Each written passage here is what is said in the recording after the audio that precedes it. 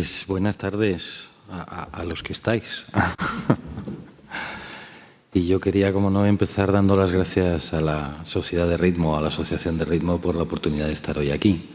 Pero sobre todo dar las gracias a vosotros, a los valientes que estáis aquí un viernes a las 3 de la tarde, para escuchar algo que yo de verdad creo que va a ser muy interesante. Y tenemos dos ponentes fantásticos para un tema que, queramos o no, está ahí en el día a día, el qué hacer con los dispositivos y lo que siempre se ha llamado el downgrade de dispositivos en mi paciente, que mejora mucho. Así que, aunque seamos muy poquitos, yo quería empezar haciendo una pequeña encuesta a mano alzada, de antes de que nos convenzan, ¿quién de vosotros estaría de acuerdo en hacer un downgrade en un paciente súper respondedor? La fracción de eyección ha normalizado, lo tenemos con un DR síncro y está tan bien que su fracción de eyección, incluso exageremos, se ha normalizado. ¿Quién le bajaría un marcapaso resincronizador? Venga, a mano alzada. Y ahora vamos con la segunda parte. ¿Quién no le bajaría un marcapaso resincronizador y solo haría el recambio? De momento gana el que sí lo bajaría. Así que ahora con estos fantásticos ponentes vamos a ver cómo queda la cosa luego al final. Así que sin más, yo creo que damos pie a Sofía Calero, que es la primera que nos va a hablar acerca de esto, de la terapia de resincronización, si la debemos reducir o no en todos los pacientes a un marcapaso resincronizador. Y ella va a defender que sí. Sofía, cuando quiera. Bueno, buenas tardes. Gracias a todos por venir y gracias a la organización por contar conmigo para esta ponencia. A mí me toca hablar de cuándo hacer un downgrade de la terapia de TRCD a TRCP en los pacientes superrespondedores. No tengo ningún conflicto de interés. Bueno, cuando vi el título de la ponencia, pues la primera palabra que me llamó la atención fue la palabra todos. Y dije, ¿cómo voy a defender una terapia igual para todos en los días que corren, que está muy de moda la medicina individualizada y todo? Y luego también, además, es que los pacientes con insuficiencia cardíaca, candidatos a implantarles un resincro, pues son un grupo muy heterogéneo de pacientes con diferentes etiologías, diferente curso clínico y distinto pronóstico. Pero luego pensé, bueno, todos no, solo los superrespondedores. Y dije, bueno, pues vamos a ver quién son los superrespondedores. Y aquí vino el siguiente problema, que no hay una definición, no existe un consenso acerca de qué es un superrespondedor, sino que según los estudios que veamos, pues utilizan distintos parámetros funcionales, parámetros de imagen, de eventos adversos o un combinado de ambos.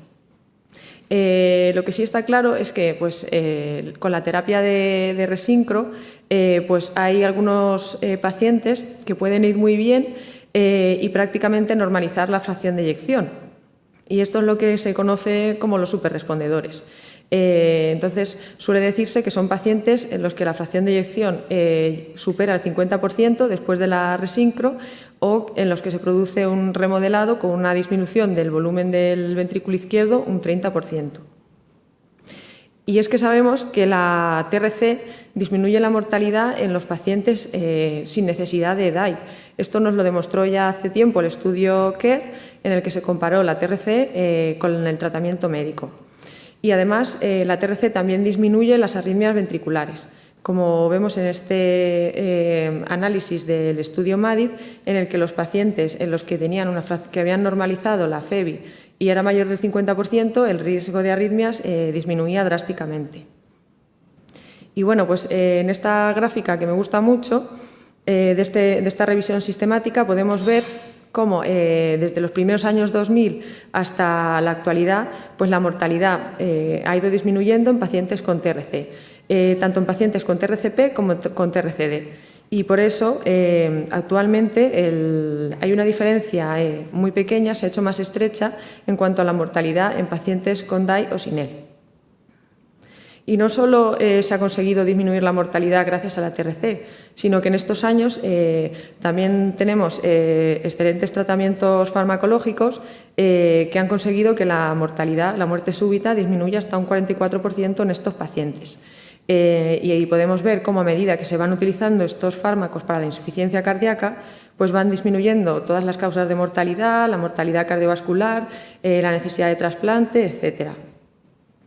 Tanto es así que el beneficio del DAI ha disminuido en las últimas décadas, de manera que pues, en los últimos años estamos en una zona un tanto gris en la que cada vez nos cuesta más decidir qué pacientes se van a seguir beneficiando o no de esta terapia. Si vamos a ver las guías de práctica clínica y vemos en qué evidencias se basan para la recomendación del DAI, vemos que los estudios que lo avalan son anteriores al desarrollo de la TRC. Y por eso pues, se está postulando que puede haber una sinergia entre las dos terapias. Las guías no nos dicen que faltan datos para que comparen una terapia con la otra, y en el momento del recambio, ¿qué hacemos aquí? Pues en los documentos de consenso europeos pues tampoco lo dejan muy claro.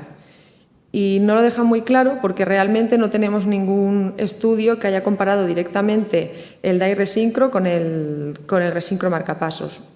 Si vemos el estudio Companion, en este estudio, aunque se randomizó a pacientes a tres brazos, uno de tratamiento médico óptimo, otro con tratamiento médico óptimo y Resincro marcapasos y otro con tratamiento médico óptimo y Resincro DAI, realmente no se comparó directamente el grupo de TRCP con el grupo de TRCD, sino que la comparación se estableció entre el grupo de TRCP y el tratamiento médico óptimo y el grupo de TRCD y el de tratamiento médico óptimo.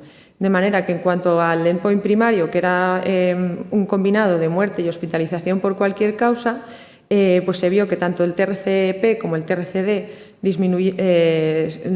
fueron favorables, comparado con el tratamiento médico óptimo, y luego también en el objetivo secundario de muerte por cualquier causa también se observó una reducción en el grupo de TRCP y TRCD, aunque es cierto que en el grupo de TRCP no fue significativa. No tenemos estudios randomizados, pero sí tenemos algunos metaanálisis. Por ejemplo, este que traigo aquí son 7 estudios observacionales, casi 10.000 pacientes con miocardiopatía dilatada no isquémica, y tras hacer un ajuste por edad, sexo y otros posibles factores de confusión, los autores concluyen que asociar un DAI a pacientes con dilatada no isquémica, candidatos a TRC, no redujo la mortalidad por cualquier causa.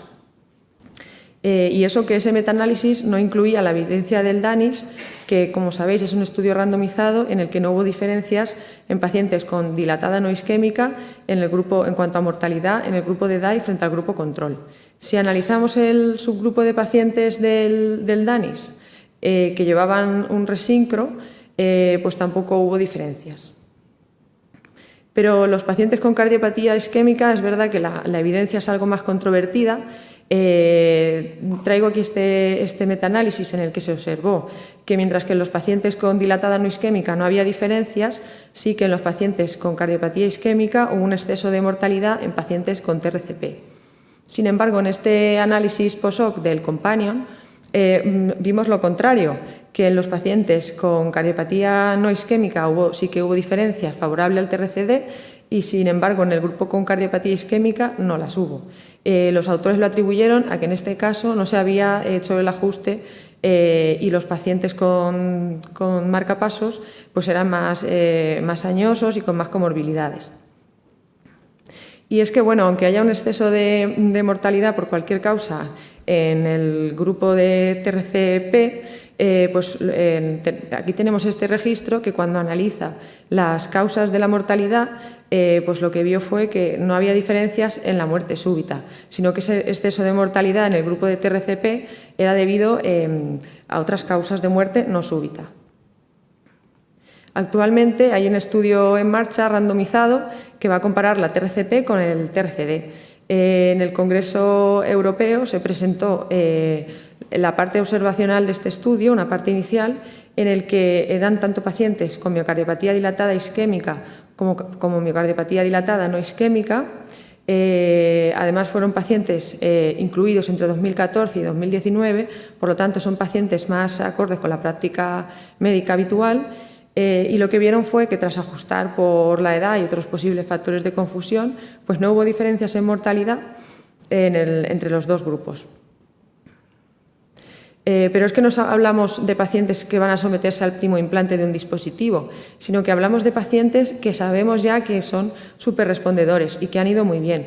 Este metaanálisis lo que hizo fue comparar los resultados en pacientes portadores de TRC, aquellos que fueron superrespondedores frente a los no superrespondedores.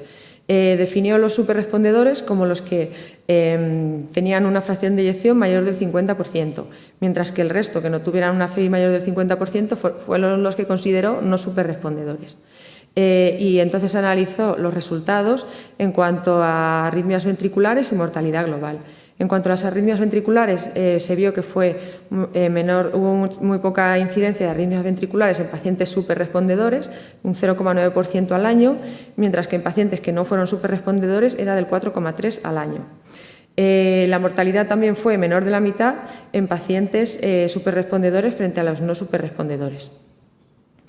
Está claro que el riesgo nunca va a ser cero, pero ese no es el objetivo. El objetivo es ver si estos pacientes superrespondedores van a tener un riesgo arrítmico tan bajo como el de la población general. Y en este estudio pues parece ser que se vio que sí que este riesgo podía acercarse al de la población normal. En este otro metaanálisis, que incluye 6 estudios de cohortes y el análisis post-hoc del MADID, vieron que compararon los pacientes que habían respondido a TRC y habían alcanzado una FEBI mayor del 45% frente a los que no. Y aquí lo que observaron fue que el riesgo residual de terapias apropiadas del DAI en pacientes que tenían FEBI mayor del 45% pues fue muy pequeño. Y por tanto, los autores nos hablan de que en este grupo de pacientes pues no justificaría de nuevo continuar con la terapia con desfibrilador.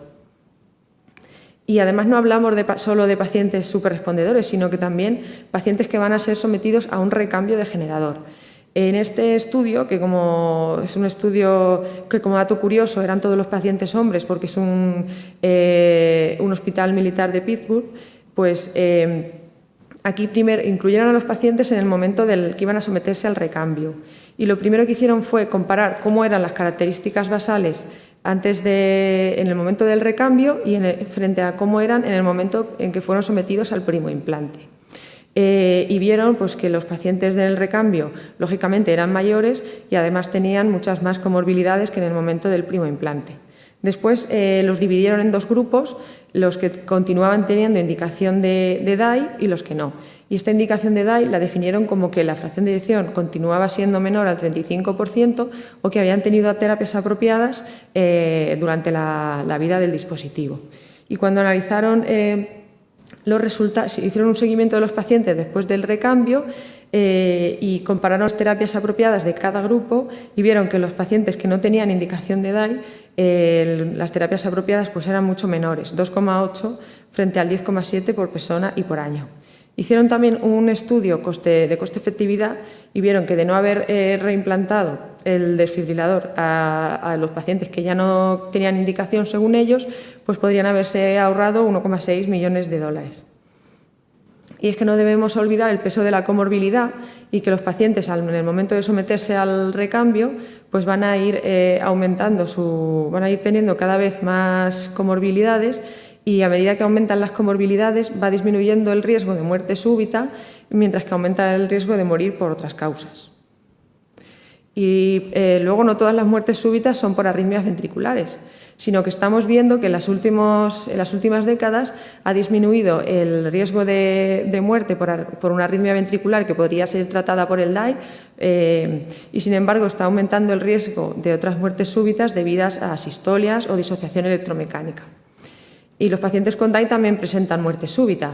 En este estudio analizaron la principal causa de muerte en pacientes que llevaban DAI y esta fue pues, la disociación electromecánica debida a arritmias ventriculares que habían sido tratadas por el DAI, pero por desgracia habían acabado en disociación. Luego no debemos olvidar tampoco las complicaciones asociadas al DAI. En este estudio vemos cómo a medida que aumenta la complejidad del dispositivo, pues el número de complicaciones son también mayores. Y en este registro pues vemos cómo las complicaciones tardías asociadas al DAI, pues de dislocación de electrodo, terapias inapropiadas, fueron mayores en el grupo de TRCD, y también hubo un mayor riesgo de infección en el grupo de TRCD, pues debido también al mayor tamaño del dispositivo, que tiene más riesgo de provocar hematoma.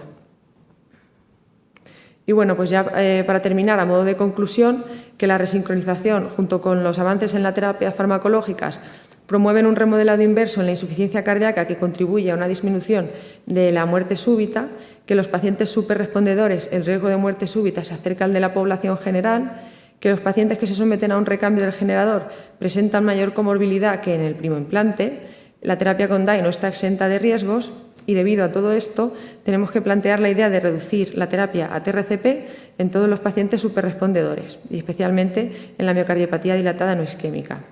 Hasta disponer de estudios aleatorizados, es verdad que los datos observacionales nos obligan a llevar a cabo una estrategia individualizada.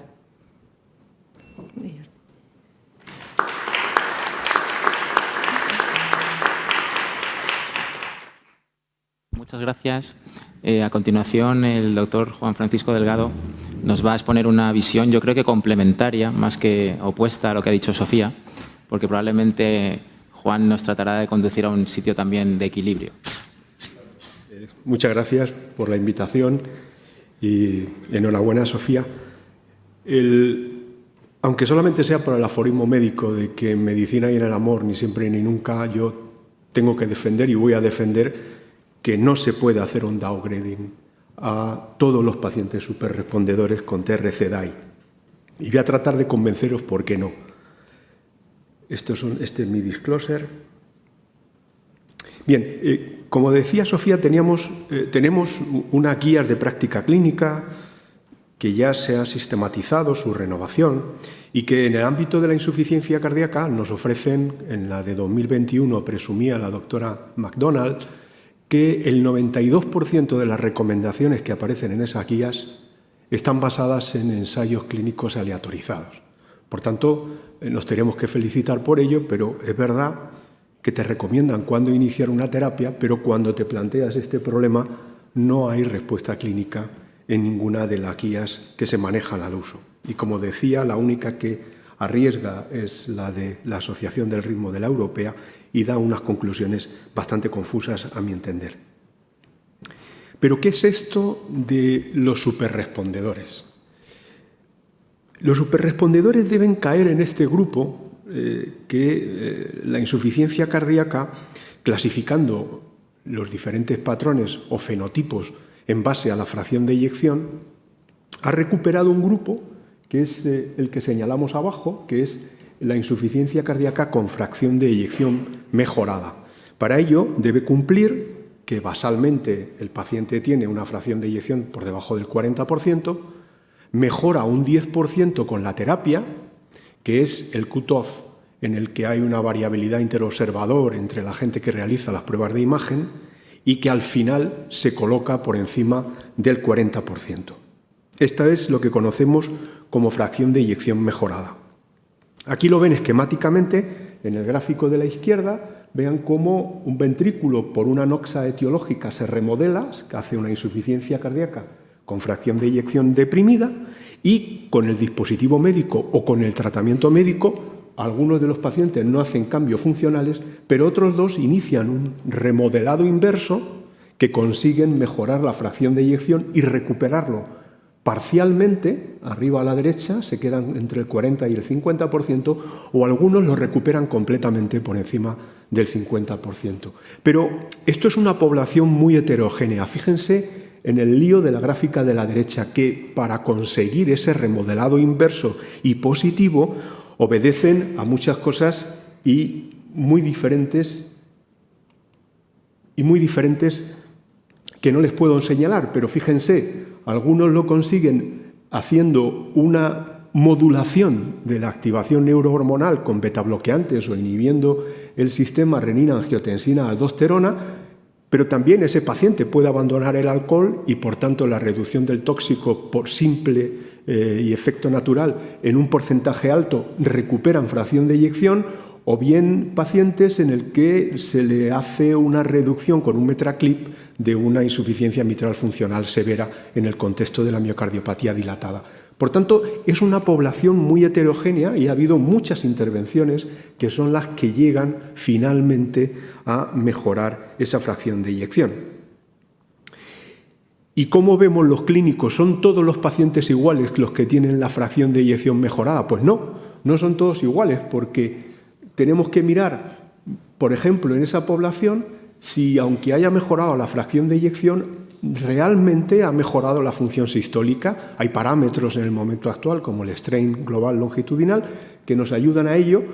Ha repercutido en el seguimiento en biomarcadores, se han modificado significativamente más de un 30% el NT-proBNP, o a lo mejor tiene una mutación, viene de una miocardiopatía dilatada, y cuál es la base genética que tiene, porque si tiene una mutación positiva como es una titina, esos pacientes son muy agradecidos y pueden estar décadas en las que empeora la función ventricular cuando entran en fibrilación auricular, pero si consigues tratarlos y mejorarlos, la vuelven a recuperar. Pero hay otras mutaciones, como por ejemplo la mutación en la lamina, que incluso con fracciones de eyección por encima del 40%, el riesgo arrítmico que tienen es tremendo. Por tanto, sigue siendo una población muy heterogénea, por no hablar de qué pasa con el realce tardío, cuánta fibrosis tiene ese miocardio que podemos ver en la resonancia magnética. Por tanto, es una población muy heterogénea que debemos afrontar con mucho cuidado y que tampoco tenemos tan claro cuál es el pronóstico de este paciente.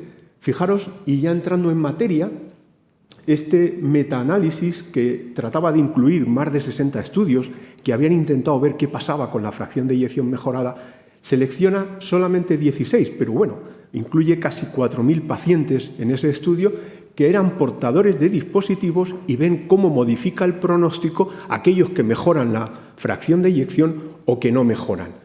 El primer obstáculo es que, fijaros en el margen de la derecha, el cutoff que han puesto para la mejoría es variable. Unos ponen 35, otros 40, otros utilizan el mejor parámetro de remodelado inverso, que es la reducción del índice de volumen telediastólico del ventrículo izquierdo.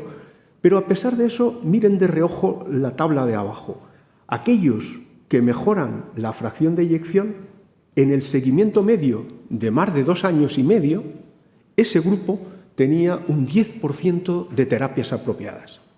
Desde luego, sensiblemente inferior al 21,8% que tenían aquellos que no habían mejorado la fracción de eyección. Pero admitamos que existe un riesgo residual de terapias apropiadas por DAI en este grupo de pacientes que todavía y por el momento no sabemos identificar. Podemos también mirar de reojo en ensayos clínicos, no metaanálisis. Este es el estudio sobre el que pivota la indicación de DAI en prevención primaria en pacientes tanto con miocardiopatía dilatada isquémica y no isquémica, que es el SCALHEF. En el SCALHEF analizaron, es un subestudio, por tanto, hay que decirlo, vaya por delante, y solamente incluyeron en este subestudio aquellos pacientes a los que en el seguimiento se les había repetido el ecocardiograma y se conocía la fracción de eyección. Bueno, pues miren, a los que habían mejorado la fracción de eyección y se habían situado por encima del 35%, a la izquierda aquellos que no habían mejorado la fracción de eyección. Qué duda cabe que tanto en el grupo placebo como en el grupo con desfibrilador automático había más mortalidad en el grupo que permanecía con fracción de eyección baja. Pero fíjense cómo el margen de beneficio es el mismo, tanto en el grupo que mejoraba como el que no mejoraba. Es decir, parece como que el DAI en un subgrupo de pacientes, incluso mejorando la fracción de eyección, podría aportar un beneficio adicional en reducción del riesgo de muerte súbita. Por tanto, me ha costado mucho analizar esta problemática porque es evidente que es un gap en la guía de práctica clínica, porque no disponemos de ensayos aleatorizados, los dos comentarios van unidos. En la mayoría de los estudios observacionales ya han visto que no hay una definición estable y existen además dificultades técnicas para el downgrading que quizá deberíamos considerar. Y en mi opinión, en la época de la medicina personalizada, hay consideraciones clínicas, técnicas y éticas que debemos tener en cuenta a la hora de tomar la decisión de convertir un resincronizador DAI en un resincronizador pacing. Lo primero que me gustaría, entrando en materia, una vez abordado el problema de la fracción de eyección mejorada, es ¿qué es lo que hacen ustedes que se dedican a implantar dispositivos? Bueno, pues esto es una encuesta europea específicamente dirigida a usted cuando hace el downgrading de esta situación, de DAI resincro a resincro. Pues hay un 20% que, impasible a la demanda, nunca cambian esa terapia. El 23% vean que cuando la fracción de eyección es mayor del 40% es una miocardiopatía dilatada isquémica y no tiene terapias apropiadas durante el seguimiento. Empieza a crecer el grupo, ya nos acercamos casi al 40%, cuando ha mejorado la fracción de eyección, cuando hay una miocardiopatía dilatada ya no isquémica y que además en el historial no tiene terapias avanzadas. 42% dicen que no lo hacen cuando hay clínica de IC avanzada. Evidentemente esto no aplica a lo que hemos conocido, no suelen ser los enfermos superrespondedores. Pero miren, en el grupo, en la columna E, en amarillo, vean cómo influye la esperanza de vida, sin duda, menor de 1 año, y ya entramos en el F y el G, la edad avanzada y la fragilidad. Es decir, que la guía de práctica clínica se construyen no solamente con los ensayos clínicos aleatorizados, sino lo que hacemos, los que nos dedicamos a trabajar en la materia. Y esto es lo que hacen los que se dedican a ver si hacen recambio de generador o no recambio de generador. Es decir, esto es lo que pesa sobre sus decisiones. El problema técnico con el que nos enfrentamos me lo explicó el doctor Fontela amablemente cuando le pregunté que tenía que hablar de esto y me dijo que tenemos un problema porque la mayor parte de las empresas que se dedican a comercializar dispositivos, Abbott, Boston, Medtronic, quizá menos Biotronic, adquieren un conector, que es el cable DF4, que cuando uno quiere hacer el downgrading, una de dos. O pones un nuevo electrodo en el ventrículo derecho y abandonas el viejo, o lo quitas, que eso tampoco es una cosa que sea así como muy sencilla. Otros dicen, hombre, haga usted un downgrading artificial, y él le pone el DAI y apaga las terapias de DAI. Quizá eso estaría bien, pero resulta un poco caro, ¿no? Entonces, yo no sé en qué porcentaje se está utilizando este tipo de electrodos, pero realmente a mí me han comentado los que se dedican a hacer esto que supone un problema técnico relevante. ¿Pero se puede hacer? Pues claro que se puede hacer. Bueno, y esto lo han hecho, fíjense, es un grupo japonés y solamente le voy a presentar 3 estudios en esta dirección para que vean, tengan diferentes puntos de vista. Estos señores lo hacen, fíjense, 50 pacientes y seleccionan a 7, no es mucho, pero 7. Que eran superrespondedores, se colocan con fracción de eyección por encima del 45%, el DAI lo habían puesto en prevención primaria y desde luego no habían tenido ningún tipo de terapia. Le recambian el generador, le hacen el downgrading y como ven, a más de 5 años de seguimiento, la línea roja de arriba no tiene ni un solo evento. Por tanto, poderse se puede. ¿Y hay gente que lo hace? Sí, con esa selección. Es un grupo privilegiado de pacientes respondedores a la terapia de resincronización. Un grupo español, este es el grupo de Puerta de Hierro, en el que pueden ver cómo analizan un grupo muy relevante de pacientes, un grupo intermedio, digamos, definen como superrespondedores aquellos que multiplican por 2 la fracción de eyección o que finalmente en el eco de seguimiento a los 12 meses tienen más del 45% de fracción de eyección. Y bueno, mire lo que ocurre, la curva, la línea verde de antes, que era completamente plana, la de los japoneses, esta tiene ya un poquito de caída, si ven. En el grupo de paciente privilegiado que había respondido muy bien, que había duplicado, vean cómo en el seguimiento la presencia de arritmias ventriculares se reduce significativamente, pero hay un 6% de pacientes que tienen arritmias ventriculares en el seguimiento a pesar de haber duplicado la fracción de eyección y a pesar de haber sido superrespondedor clínico.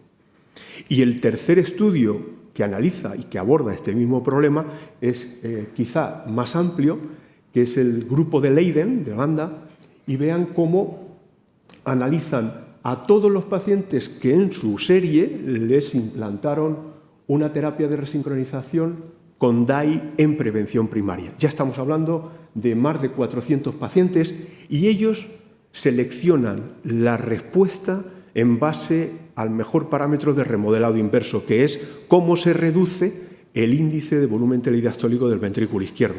Y definen superrespondedor aquel paciente que tiene más del 30% de reducción en este índice de volumen.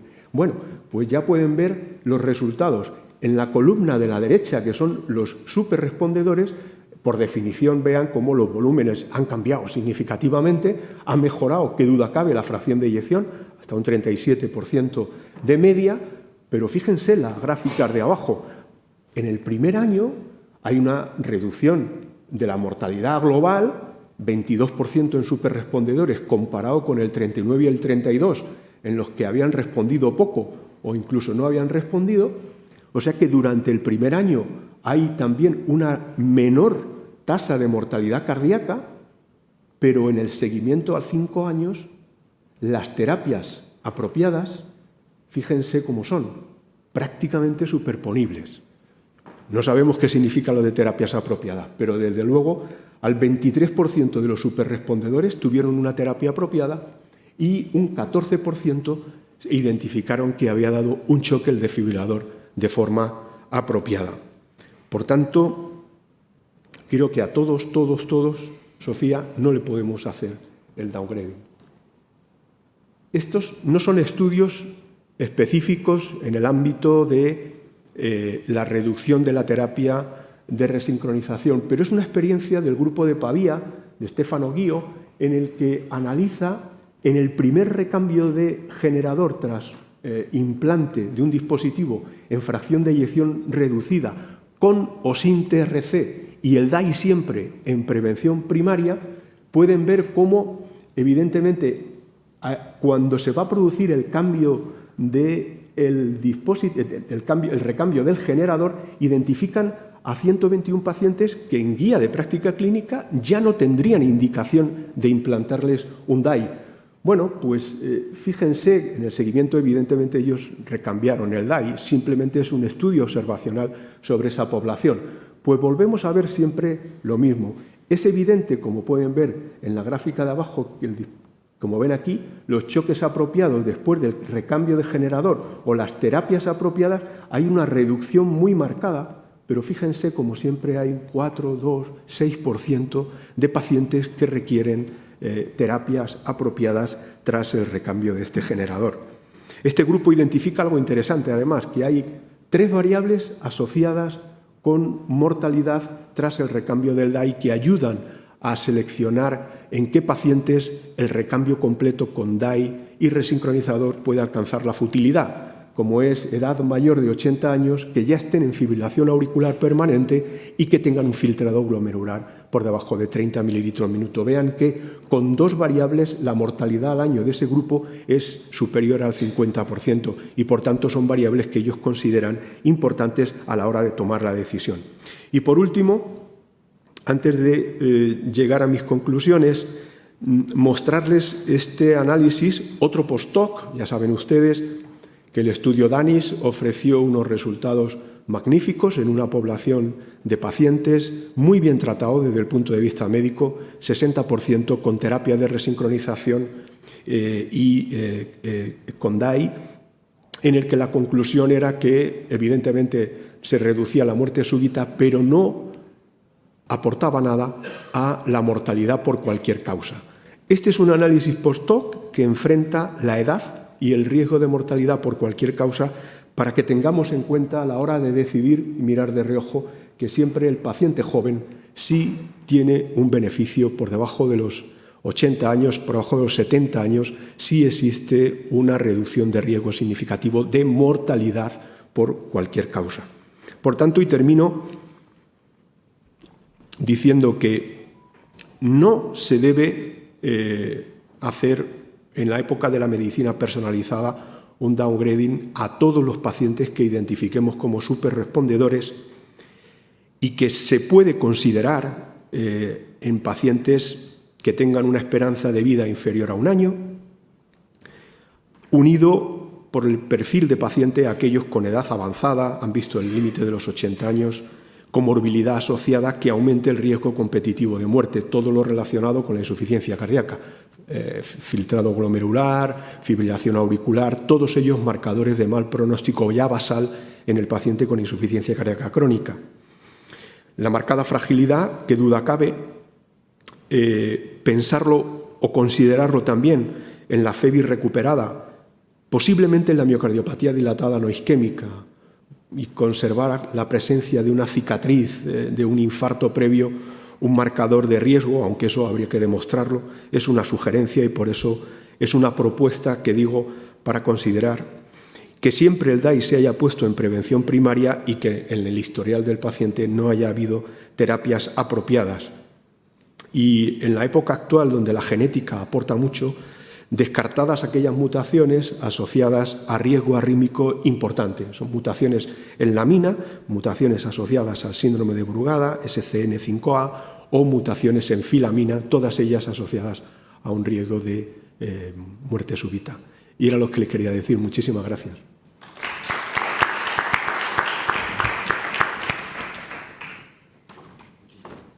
Muchísimas gracias, Juan, por una fantástica presentación. Los dos habéis hecho unas presentaciones brillantes. Y abrimos el turno de preguntas. Si alguien en la audiencia se anima.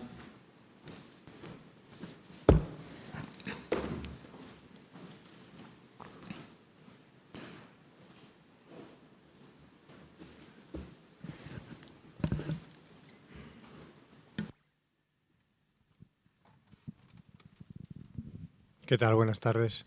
A ver, lógicamente esta es una decisión siempre complicada. Me gustaría saber dónde metéis la opinión del paciente dentro del proceso de toma de decisiones.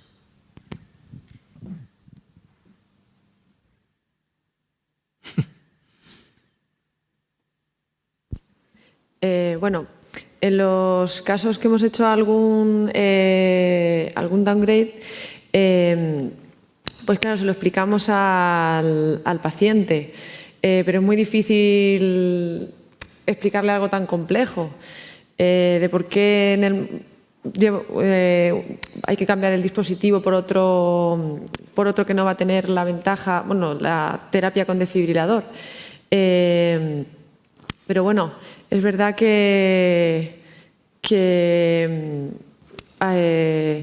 y luego también está el problema de que si además tienes que explicarle que vas a tener que ponerle un electrodo, vas a tener que implantarle un electrodo nuevo que no es solo un recambio, pues sí que es algo complejo.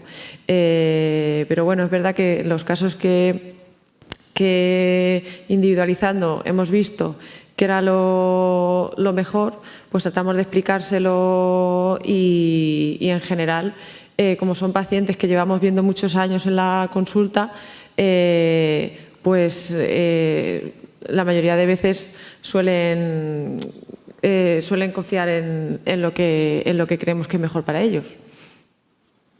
Sí, yo opino igual. No formaba parte de la discusión científica, pero obviamente toda la guía de práctica clínica, incluso la confusa era en sus recomendaciones en el recambio, lo que dicen claramente es que esto hay que considerarlo obviamente con el paciente y con la familia. Eso sí se entiende claramente. En relación con la pregunta que hace Sem, me ha parecido muy oportuno tu comentario, Juan, sobre ese registro, ¿no?, en el cual se muestra la práctica habitual, que es la que hacemos, ¿no?, lo que se hace realmente con los pacientes. Y es muy ilustrativo el hecho de que realmente se plantea el downgrade en pacientes con comorbilidades, con expectativas de vida menores de 1 año, con fragilidad.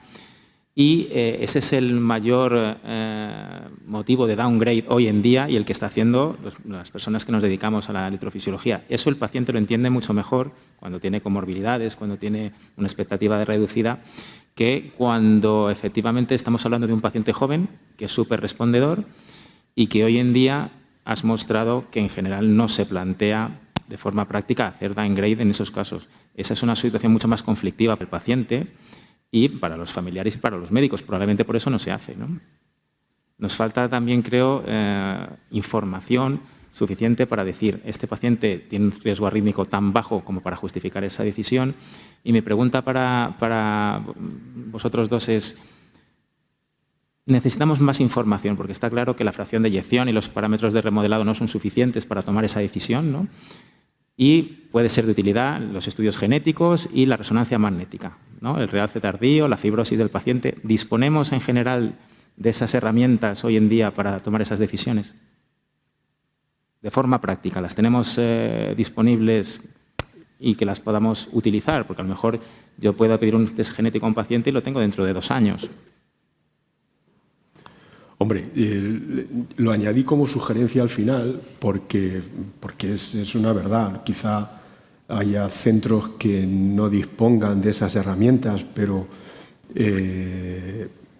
es evidente que deberías disponer de ellas. Si tú quieres tomar una decisión de este porte, porque si no dispones de ellas, las recomendaciones no haga usted nada, porque puedes hacer una cosa inadecuada retirando a un paciente con un 45% de fracción de eyección. El DAI tiene una mutación en la mina y tiene una muerte súbita 2 semanas después. Sí, entonces, totalmente de acuerdo. En base a esa falta de disponibilidad, a lo mejor es por lo cual se acaban haciendo pocos downgrades a personas superrespondedoras que son jóvenes, ¿no? Fuera de esas condiciones de comorbilidad y expectativa de vida baja, ¿no? Que hemos comentado que es la que se hace realmente, ¿no? En la práctica diaria. ¿Tenéis alguna otra pregunta o comentario? Plantea problemas técnicos, como has comentado, Juan, porque efectivamente tienes varias opciones hipotéticas, ¿no? Conectores no disponemos, por lo menos que yo sepa, interconectores para ese propósito. La otra solución sería añadir un electrodo nuevo, un electrodo de marcapasos convencional, que podría añadir la comorbilidad al paciente de tener que ponerle un marcapasos, un electrodo adicional, ¿no? Y eso es justo lo que estamos tratando de evitar muchas veces. Pero he visto publicado algún caso de hacer una conexión del cable desfibrilador al puerto de un electrodo tetrapolar de resincronizador, con un marcapasos. Y eso sí lo podrías conectar. Se podría conectar el cable de desfibrilación al puerto tetrapolar de un marcapasos convencional. Si el cable de resincronizador es monopolar o bipolar, porque si tienes 2 conexiones tetrapolares que hacer es imposible conseguirlo, pero esa podría ser un truco que se podría emplear, ¿no? Pero efectivamente también plantea problemas técnicos, ¿no? Yo a eso no te puedo contestar nada, salvo que mi asesor técnico pueda decir algo. Bueno, yo...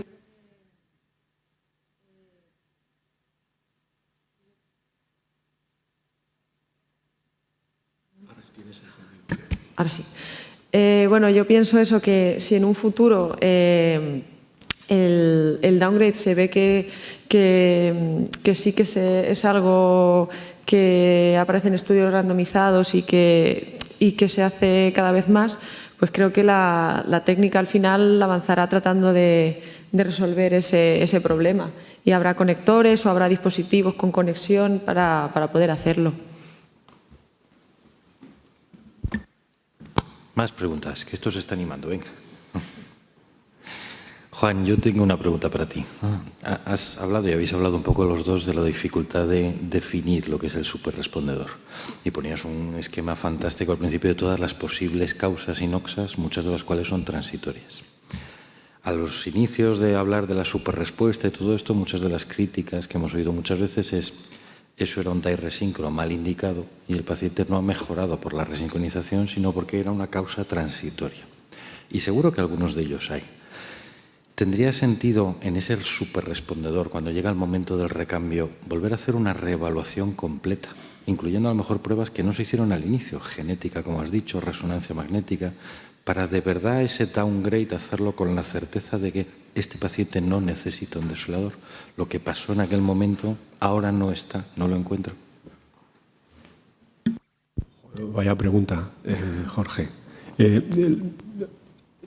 Lo que sí consideran en general es que una terapia de resincronización mal indicada, es que es complicado cuando ha estado mal indicada una terapia de resincronización. La terapia de resincronización Nosotros hemos visto problemas de infección, que has tenido que quitar el dispositivo y el ventrículo irse abajo en cuestión de un mes. O sea que, y las recomendaciones son nunca deje usted de hacer una estimulación biventricular en un paciente en el que indicaste el resíncro. No sé, yo no me he hecho esa pregunta más allá del... Yo creo que el downgrading va con el desfibrilador, pero más con la terapia de resincronización. No sé, sería muy arriesgado hacer el planteamiento complejo de llevar a cabo, ¿no? No tienes una forma, es decir, es un ensayo y error que te puede costar caro y a lo mejor no sé si interesa. Yo me da un poco de... Vas en contra de las recomendaciones escritas de la Sociedad Americana y la Sociedad Europea de hacerlo. Si te refieres solo al resincronizador. Otra cosa es que a ti te quede la sospecha, obviamente, de que toda esa esfera de cosas que contribuyen desde la... Porque es que los enfermos, como tú muy bien sabes, a uno le han revascularizado, le han abierto una descendente anterior media, que tenían dudas si iba bien o no iba bien, pero a la vez le han puesto el beta bloqueante, el IECA y el no sé qué, y como ya tenía bloqueo de rama izquierda, se le ha puesto el resincro. Ahora tú define dónde está la mejoría de ese paciente, ¿no? Eso es imposible. Entonces ahora decir, bueno, pues ahora vuelvo a empezar de cero, ya está revascularizado, ya tiene la medicación, a lo mejor no necesita el resincro. Quitarlo, creo que no estamos en disposición hoy de evaluar eso, creo. Yo creo que hay una prueba que facilitaría este tipo de decisiones, que es la resonancia magnética previa al implante de cualquier dispositivo en pacientes con miocardiopatía dilatada idiopática, ¿no? No sé si estáis de acuerdo, pero hay pacientes que lo que tienen realmente es un problema eléctrico, que tienen una sincronía generada por un bloqueo de rama izquierda, pero que no tienen realce tardío en la resonancia magnética y que si se convierten en superrespondedores y corregimos ese problema eléctrico, probablemente les sacamos de un porcentaje altísimo de riesgo, ¿verdad? Pero yo creo que habría que hacerles una resonancia magnética antes del implante a todos estos pacientes y cuando llega el momento del recambio, el hecho de no tener realce tardío en la resonancia previa y haber sido superrespondedor probablemente nos daría más tranquilidad a la hora de hacer un downgrade, ¿no? En general, ¿pensáis que se está haciendo resonancia magnética a todos los pacientes antes de poner un resincro? Porque la medicina personalizada es lo ideal y está muy bien, pero luego en la práctica clínica estamos haciendo resonancia, estudios genéticos, tanto como quisiéramos, o probablemente no.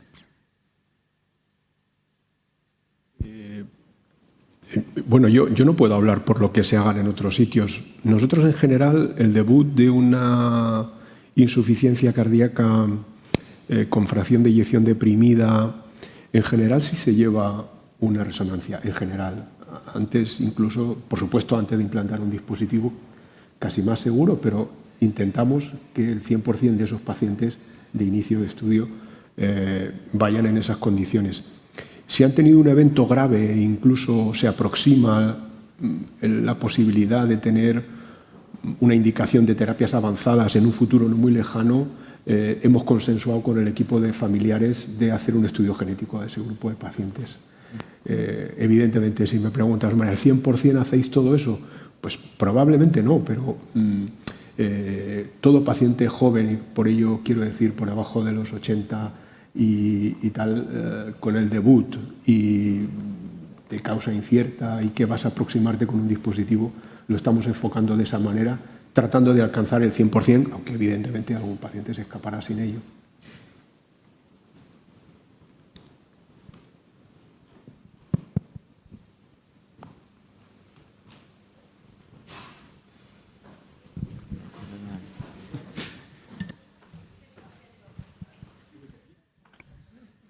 Hola, ¿qué tal? Bueno, enhorabuena por las dos presentaciones que me han gustado mucho. Yo quería hacer una pregunta a todos que no tiene que ver mucho con con los hiperrespondedores, sobre lo que hacéis, pero sí con el tipo de resincronización que hacéis con el tema de la rama izquierda, porque claro, el problema técnico que tenemos siempre cuando haces un downgrade pues es eso, ¿no? Que tienes que poner un cable nuevo, ¿no?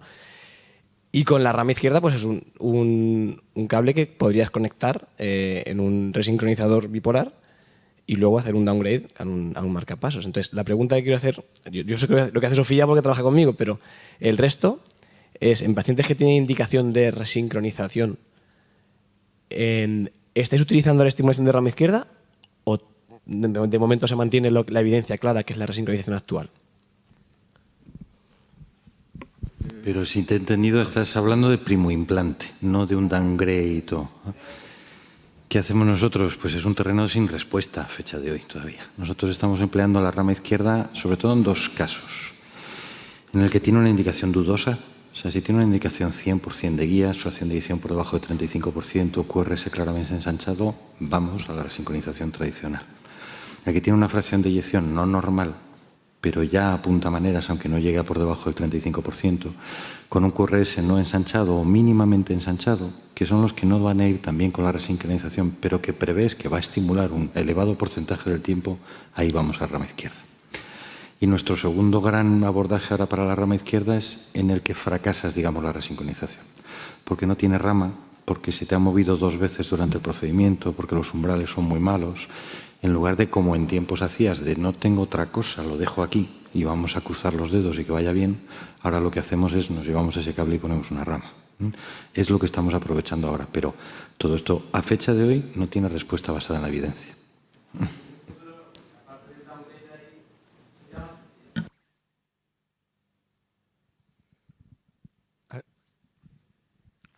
Sí.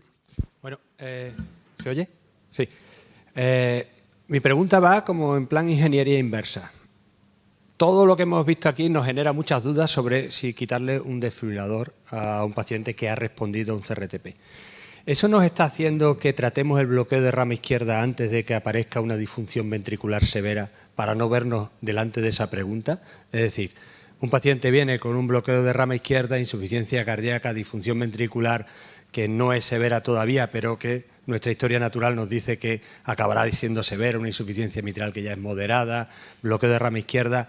Nos sentimos tentados a ponerle un CRT-P, ahora que no tiene indicación de CRT-D, para evitar, bueno, primero porque creemos que el paciente va a mejorar, porque le vamos a evitar los efectos deletéreos, más ahora que tenemos la rama, que es un procedimiento que a veces, bueno, pues no tiene indicación de resincronizador. Nos estamos adelantando en la práctica clínica a veces a estos problemas complejos que nos van a dar el poner un desfibrilador a un paciente que luego cuando veamos que es el segundo recambio, que nunca ha tenido terapia, nos va a costar y ya no habrá marcha atrás. Ese paciente irá a un desfibrilador tras otro con los problemas que implica.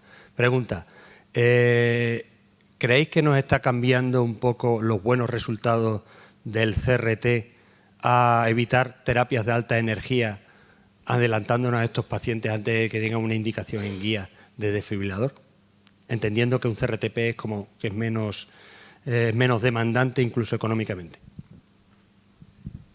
Bueno, yo, en mi opinión, que luego oiremos la de Sofía y lo del resto de compañeros, yo creo que la desincronía que genera un trastorno de conducción intraventricular izquierdo conjura con el resto de mecanismos que llegan a producir finalmente insuficiencia cardíaca.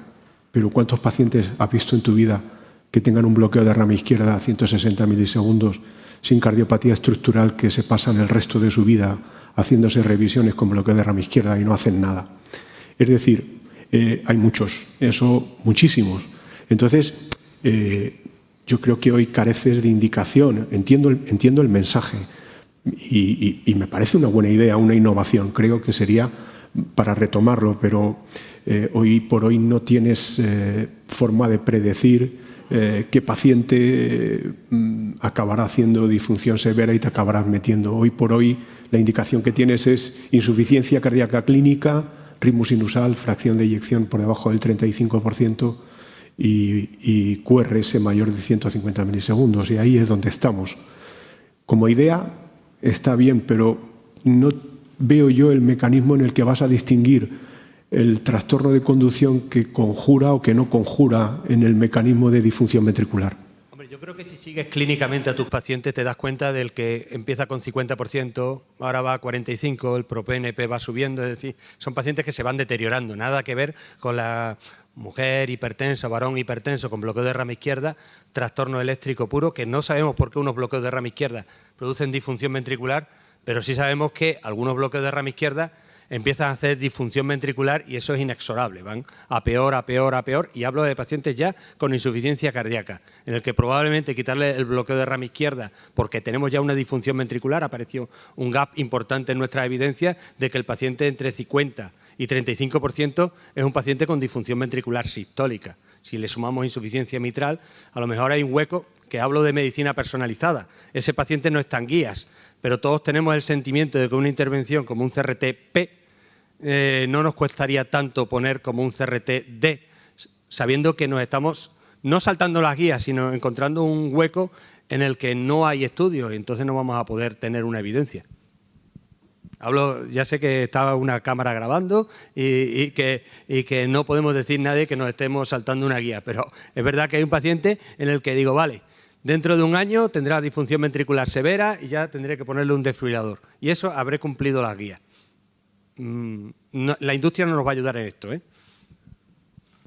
Sí que es verdad que bueno, yo he ido notando con el paso del tiempo que es verdad que noto que un poco remiten los pacientes, al menos en mi centro, antes,